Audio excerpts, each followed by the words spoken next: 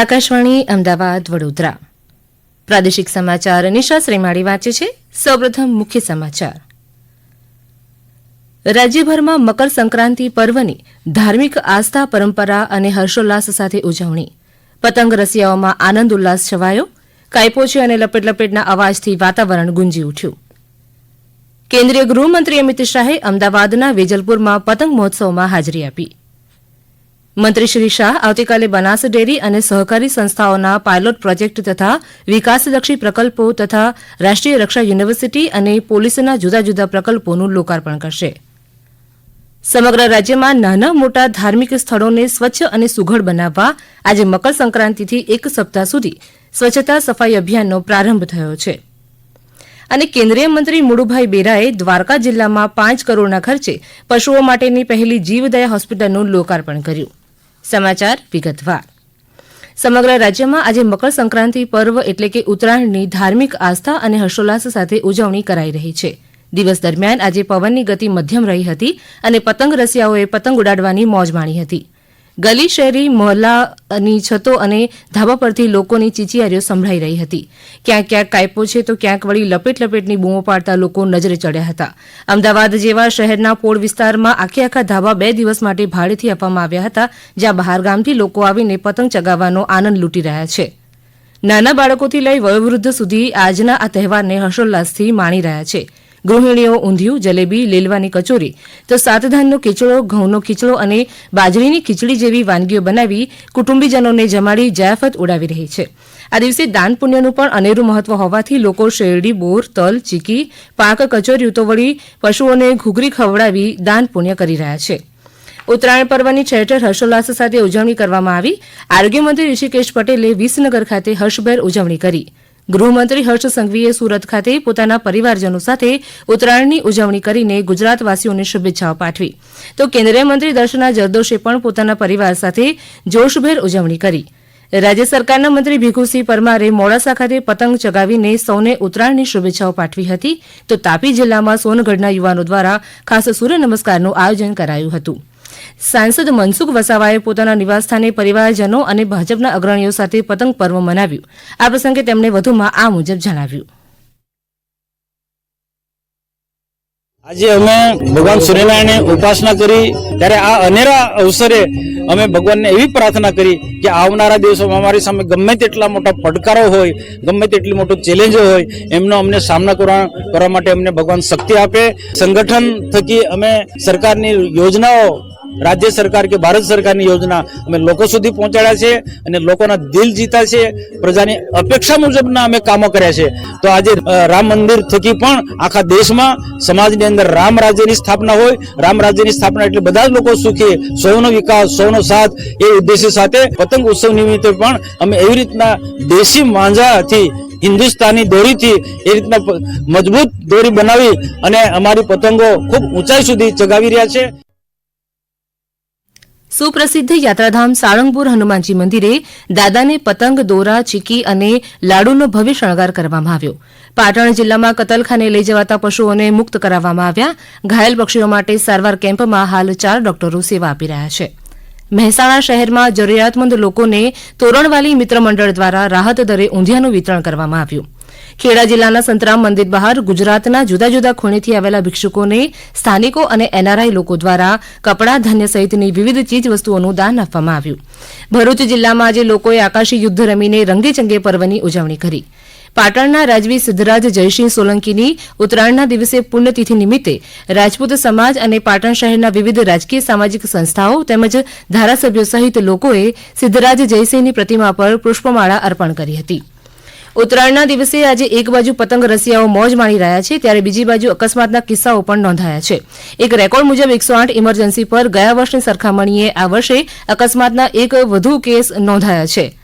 કરુણા animal એમ્બ્યુલન્સના helpline number 1962 ઉપર આજના સાંજના 6 વાગ્યા સુધીમાં 1327 ઇમરજન્સી કોલ આવ્યા હતા, જેમાંથી 834 પ્રાણીઓ અને 439 પક્ષીઓ ઘવાયા હતા. તેમની સારવાર ચાલુ કરવામાં આવી છે. ગુજરાતના પ્રવાસે આવેલા કેન્દ્રીય ગૃહમંત્રી અમિત શાહે આજે અમદાવાદના પ્રસિદ્ધ જગન્નાથ મંદિરમાં વિશેષ પૂજા આરતી કર્યા હતા. તેમણે આ પ્રસંગે ગજરાજોનું પણ પૂજન કર્યું હતું. શ્રી શાહે મંદિરના ટ્રસ્ટી મહેન્દ્ર ઝા સાથે પણ મુલાકાત કરી હતી. ઉત્તરાયણના પર્વ નિમિત્તે કેન્દ્રીય મંત્રીએ બપોરે અમદાવાદના વેજલપુર વિધાનસભા વિસ્તારમાં જીવરાજ પાર્ક ખાતે પતંગ મહોત્સવમાં હાજરી આપી હતી. સાંજે તેઓ ગાંધીનગર ઉત્તર વિધાનસભાના વાવોલ ખાતેના મહોત્સવમાં, ત્યારબાદ તેઓ સાબરમતી વિધાનસભા મત વિસ્તારના ચાંદલોડિયા ખાતેના પતંગ મહોત્સવમાં હાજરી આપશે. કેન્દ્રીય ગૃહ અને સહકાર મંત્રી અમિત શાહ આવતીકાલે બનાસકાંઠાના દિયોદરમાં આવેલ બનાસ ડેરીના શણાદર પ્લાન્ટ ખાતે વિશાળ જનમેદની સંબોધશે અને બનાસ ડેરી અને સહકારી સંસ્થાઓના પાયલોટ પ્રોજેક્ટ તથા વિકાસલક્ષી પ્રકલ્પોનું ખાતમુહૂર્ત, લોકાર્પણ અને શુભારંભ કરશે. બનાસકાંઠા જિલ્લાના પશુપાલકો અને ખેડૂતોના સર્વાંગી સુખાકારીમાં વધારો કરવાના હેતુ સાથે બનાસ ડેરીના ચેરમેન શંકર ચૌધરીના નેતૃત્વમાં વિવિધ વિકાસના પ્રકલ્પો હાથ ધરવામાં આવેલા છે. જ્યાં કેન્દ્રીય મંત્રી અમિત શાહના હસ્તે ભીલડી ખાતે નિર્માણ પામનાર Banas bovine and breed research centre સહિત બનાસકાંઠા અને પંચમહાલ જિલ્લાના પાયલોટ પ્રોજેક્ટનો શુભારંભ કરવામાં આવશે. બનાસ બેંકના ચેરમેને કહ્યું હતું કે બેંક દ્વારા હવે નવી પહેલ શરૂ કરાઈ છે. બનાસ બેંક દ્વારા સહકાર વિકાસ અંતર્ગત પશુપાલકોને 50,000 સુધી 0% વ્યાજ દરે માઇક્રો એટીએમ અને કિસાન ક્રેડિટ કાર્ડનો શુભારંભ કેન્દ્રીય મંત્રી અમિત શાહ દ્વારા કરવામાં આવશે. દરમિયાન આવતીકાલે મંત્રી શ્રી શાહ આરઆરયુ કેમ્પસ ગાંધીનગર ખાતે રાષ્ટ્રીય રક્ષા યુનિવર્સિટી અને પોલીસના જુદા જુદા પ્રકલ્પોનું પણ લોકાર્પણ કરશે. આ સમાચાર આપ આકાશવાણીના અમદાવાદ વડોદરા કેન્દ્ર પરથી સાંભળી રહ્યા છો. સમાચારમાં આગળ વધીએ. સમગ્ર રાજ્યમાં નાના મોટા ધાર્મિક સ્થળોને સ્વચ્છ અને સુઘડ બનાવવા આજે મકર સંક્રાંતિથી એક સપ્તાહ સુધી સ્વચ્છતા સફાઈ અભિયાનનો પ્રારંભ થયો છે. મુખ્યમંત્રી ભૂપેન્દ્ર પટેલ ગાંધીનગર નજીકના ધોળેશ્વર મહાદેવ મંદિર ખાતે સ્વચ્છતા સફાઈ અભિયાનમાં સહભાગી થયા હતા. તેમણે મંદિર પરિસરની સફાઈ કરી હતી અને ધોળેશ્વર મહાદેવ મંદિરમાં ભગવાન શિવજીના દર્શન અર્ચન કર્યા હતા. કેબિનેટ મંત્રી બળવંતસિંહ રાજપૂતે પાટણના સિદ્ધપુર સ્થિત બાવાજીની વાડી ખાતે સિદ્ધનાથ મહાદેવ મંદિર પરિસરમાં અને સંત તપસ્વી દેવશંકર ગુરુ મહારાજના અરવડેશ્વર આશ્રમ પરિસરની સફાઈ કરી હતી. અમે આપને યાદ અપાવીએ કે અયોધ્યા ખાતે ભગવાન શ્રીરામના ભવ્ય મંદિરની પ્રાણ પ્રતિષ્ઠાના પવિત્ર અવસરને ધ્યાનમાં રાખીને પ્રધાનમંત્રીએ દેશભરમાં એક અઠવાડિયા સુધી સ્વચ્છતા અભિયાનમાં જોડાવા સૌને આહવાન કર્યું છે. દ્વારકા જિલ્લામાં કેબિનેટ મંત્રી મુળુભાઈ બેરાએ પહેલી પશુઓ માટેની જીવદયા હોસ્પિટલનું આજે લોકાર્પણ કર્યું. પ્રેરણા ફાઉન્ડેશન સંચાલિત જીવદયા હોસ્પિટલને પશુઓની સેવા માટે અર્પણ કરવામાં આવી છે. વન અને પર્યાવરણ મંત્રી મુળુભાઈ બેરાએ જણાવ્યું છે કે જીવદયા હોસ્પિટલમાં પશુ પક્ષીઓની સારવાર માટેની ઉત્તમ સુવિધાઓ ઉપલબ્ધ કરાવવામાં આવી છે. તેમણે જીવદયા હોસ્પિટલની વેબસાઇટ તેમજ પક્ષીઓ માટેની સારવારનો હેલ્પલાઇન નંબર પણ જાહેર કર્યો છે. આ નંબર છે 6356394000. આ હોસ્પિટલમાં વિનામૂલ્યે પશુ પક્ષીઓની સારવાર કરવામાં આવશે તો પક્ષીઓના પુનઃવસન કરવાની સગવડ પણ ઉપલબ્ધ કરાવવામાં આવશે. ભરૂચના નેત્રંગ તાલુકાના મૌઝા ખાતે પીએમ જનમન અભિયાન કાર્યક્રમનું આયોજન કરવામાં આવ્યું છે. જનમન અભિયાન અંતર્ગત દેશના 100 જેટલા જિલ્લાના આદિમ જૂથો સાથે પ્રધાનમંત્રી નરેન્દ્ર મોદી આવતીકાલે વર્ચ્યુઅલ રીતે સંવાદ કરવાના છે.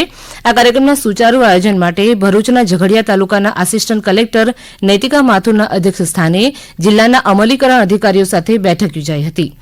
આસિસ્ટન્ટ કલેક્ટરશ્રીએ મૌઝા ખાતે પીએમ જનમન અભિયાન કાર્યક્રમમાં લાભાર્થીઓને સ્થળ પર લાવવા લઈ જવાની વ્યવસ્થા, સ્ટેજ ઉપર લાભ આપનાર લાભાર્થીની અલાયદી વ્યવસ્થા, કાર્યક્રમના સ્થળે ટ્રાફિક વ્યવસ્થા, તબીબી વ્યવસ્થાઓ અને સાંસ્કૃતિક કાર્યક્રમ સહિત આનુષંગિક વ્યવસ્થાઓનું આયોજન અને તેના અમલીકરણ માટે દરેક અધિકારીઓને સૂચના આપી હતી. ભુજના પૂર્વ ધારાસભ્ય અને સામાજિક ક્ષેત્રના અગ્રણી મોહનભાઈ શાહનું આજે ભુજ ખાતે અવસાન થયું છે. તેમની વય 84 વર્ષની હતી. તેઓ વર્ષ 1980 થી 85 સુધી ભુજના ધારાસભ્ય પદે કાર્યરત હતા. રોટરી સંસ્થા સાથે તેઓ 6 દાયકાથી સક્રિય હતા. વર્ષ 1994-95 દરમિયાન રોટરી ગવર્નર પદે તેમણે ફરજ બજાવી હતી. વિશ્વ ગુજરાતી સમાજના પણ તેઓ ઉપપ્રમુખ પદે કાર્યરત રહ્યા હતા. ભૂકંપ પછી ભુજમાં હિલ ગાર્ડનની સ્થાપનામાં તેમનું મોટું યોગદાન હતું. યુવાવસ્થામાં તેઓ તરુણ મિત્ર મંડળની પ્રવૃત્તિઓ સાથે સંકળાયેલા હતા તેમજ કચ્છમાં યોગ પ્રાણાયામ પ્રવૃત્તિ સાથે પણ તેઓ જોડાયેલા હતા. ડાંગ જિલ્લાના પંપા સરોવરથી શબરીધામ સુધી પ્રભુ શ્રીરામ અને માતા શબરી મિલન દિવસની ઉજવણી નિમિત્તે શોભાયાત્રા યોજાઈ ગઈ. આ યાત્રામાં મંત્રીશ્રીઓ સહિત અનેક સંત મહંતો, પદાધિકારીઓ, સ્વયંસેવકો, ભાવિક ભક્તો જોડાયા હતા.